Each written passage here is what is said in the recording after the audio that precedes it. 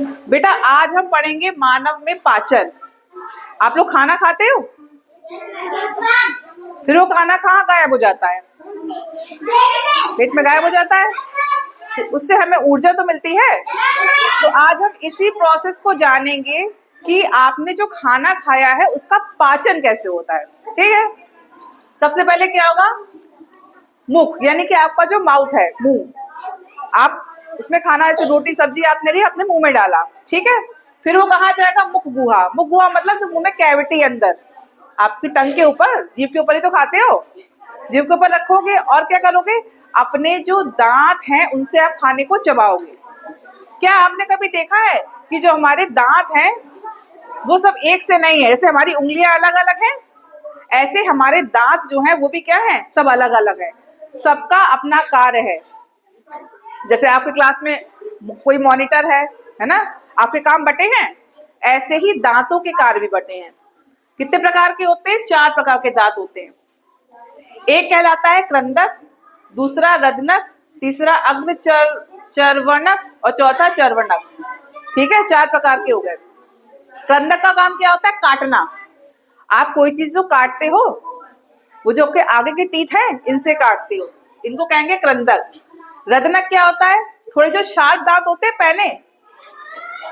पहने दांत होते हैं, उन्हें कहते हैं रंदक। ये क्या करता है? फाड़ने का काम करता है। हमारे इतने एक्टिव नहीं होते, लेकिन जो डॉगी होते हैं या जो ऐसे जीव होते हैं जो दूसरे जीव को खाते हैं, उनके जो रंदक होंगे वो कैसे होंगे? बहुत शार्प होंगे, क्योंकि ये फाड़ने का काम करते हैं। ठीक, नेक्स्ट क्या है? अग्र चर्वणक और चर्वणक। ये क्या करते हैं? ये जो है भोजन को चबाने का काम करते हैं। ठीक है, आप जो चबाते हो वो इन्हीं से चबाते हो। और इसको इंग्लिश में क्या कहते हैं? क्रंदक को कहेंगे इंसिजर, रंदक को कहेंगे कैनाइन, अग्र चर्वणक को कहेंगे प्रीमोलर और चर्वणक को कहेंगे मोलर। इंसिजर, कैनाइन, प्रीमोलर और मोलर, ये हो गए हमारे 4 प्रकार के टीथ। अच्छा ये बताओ, हमारे मुंह में कितने दांत होते हैं? 32। जो छोटा बच्चा होता है उससे कहते हैं दूध के दांत होते हैं, वो कितने होते हैं? दूध के दांत कितने होते हैं? यानी कि टेम्परेरी टीथ कहते हैं, 20 होते हैं। ठीक है, और जो हमारे परमानेंट टीथ जो दोबारा आते हैं वो सब कितने होंगे? 32। ठीक, अब जो हमारी लार है, नेक्स्ट स्टेप क्या है? आपने रोटी मुंह में डाली, ठीक, उसको आप चबाते हो। तो चबाने में आपने देखा होगा आपकी लार ग्रंथि होती है, जो लार यानी कि सलाइवा होता है, उसके साथ आपकी रोटी टूटती है, क्रश होती है। तो उसमें आपकी लार में कौन सा एंजाइम होता है? टाइलिन। ठीक है, और रोटी आपने चबाई तो साथ में लार भी गई, यानी कि टाइलिन। आपने ये महसूस किया होगा, ज्यादा देर तक रोटी चबाओ तो रोटी मीठी लगती है। करके देखना, अगर ना किया हो तो। रोटी को ज्यादा देर तक चबाओ तो वो कैसी लगती है? मीठी लगती है। ठीक, तो होता क्या है, वही रोटी जब आप देर तक चबाओगे तो वो किससे बदल जाती है? माल्टोज में। इस एंजाइम में कन्वर्ट हो जाएगी, जिसकी वजह से हमें रोटी कैसी लगेगी? मीठी। अब बेटा हमने क्या कहा था? रोटी जो आपने खाई वो कैसी हो गई? मीठी। ठीक है, अब वो कहाँ जाएगी? अंदर जाएगी। ठीक है, क्या होगा? ये देखो, ये आपका क्या है? मुख, यानी कि माउथ। ठीक है, इसमें आपने क्या किया? रोटी खाई, यहीं पे उसको क्रश किया, यानी कि थोड़ा बहुत महीन महीन, और फिर वो कहाँ जाएगी? हमारी ग्रास नली में। ये ठीक है, ग्रास नली हमारी बहुत बड़ी होती है, लेकिन यहाँ पे पाचन नहीं होता है। हमारा पाचन कहाँ होगा? जब आगे जाके ये खाना हमारा आमाशय में जाएगा। ये हमारा क्या है? आमाशय। ठीक है,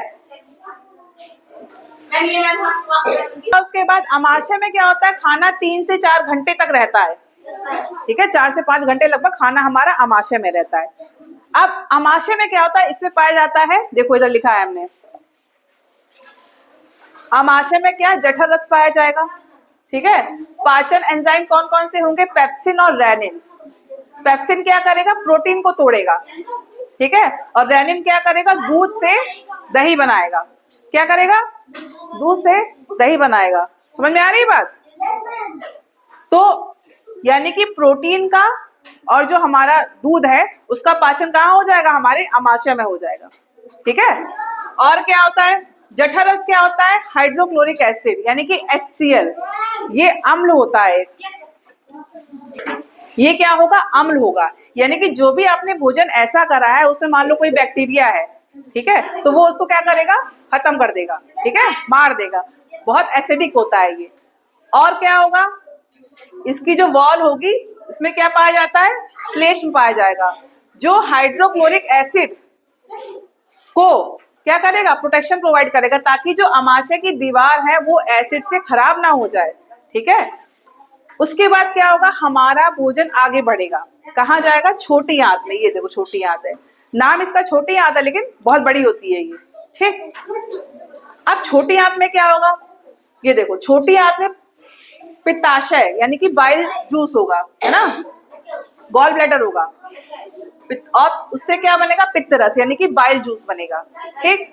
और क्या होगा? अग्न्याशय होगा, इससे अग्न्याशयी रस बनेगा। ये देखो, ये दिख रहा है पत्ती की तरह, ये हमारा पेनक्रियाज है, ठीक है, इससे एंजाइम निकलेंगे। और ये गॉल ब्लैडर है, ठीक है, इससे बाइल जूस निकलेगा। अब यहाँ पे क्या होगा? हमारा जो ये छोटी आंत है, यहाँ पे प्रोटीन और वसा का पाचन होगा। जो प्रोटीन है और जो वसा है उसका पाचन हमारा कहाँ होगा? छोटी आंत में। छोटी आंत के आखिरी हिस्से में जैसे ही आप आओगे तो इसमें एक उंगली की तरह संरचना पाई जाती है, जिसको कहते हैं विलाई, ठीक है। इसे क्या कहेंगे? विलाई। यानी कि जो भी अवशेष भोजन बचा है उसको वो एब्जॉर्ब कर लेगा, जो भी पोषक तत्व है उनको एब्जॉर्ब कर लेगा, ठीक। उसके बाद कहाँ बढ़ेगा? हमारा जो बचा हुआ वेस्ट है वो हमारा आएगा बड़ी आंत में। और बड़ी आंत में क्या होता है? पानी का अवशोषण होता है, जो भी एक्स्ट्रा पानी है उसका अवशोषण हो जाएगा, और जो आपका मल है यानी कि जो वेस्ट चीज है वो आपकी बॉडी से एनस के माध्यम से बाहर चली जाएगी। तो ये हमारा पूरा पाचन तंत्र है, ठीक है। अमाशय में किसका पाचन होगा? प्रोटीन का, और जो कार्बोहाइड्रेट यानी कि जो रोटी आपने खाई है, ठीक है, तो उस कार्बोहाइड्रेट तो है, तो उसका आधा पाचन यहाँ हो जाएगा हमारी लार में, और बाकी का पाचन हमारा अमाशय में हो जाएगा, ठीक है। आप देखो दाल खाते हो, दाल हमारी प्रोटीन हो गई, ठीक है। रोटी खाते हो, रोटी हमारा कार्बोहाइड्रेट हो गया। अगर रोटी में आपने घी लगाया है तो वो हमारा वसा हो गया।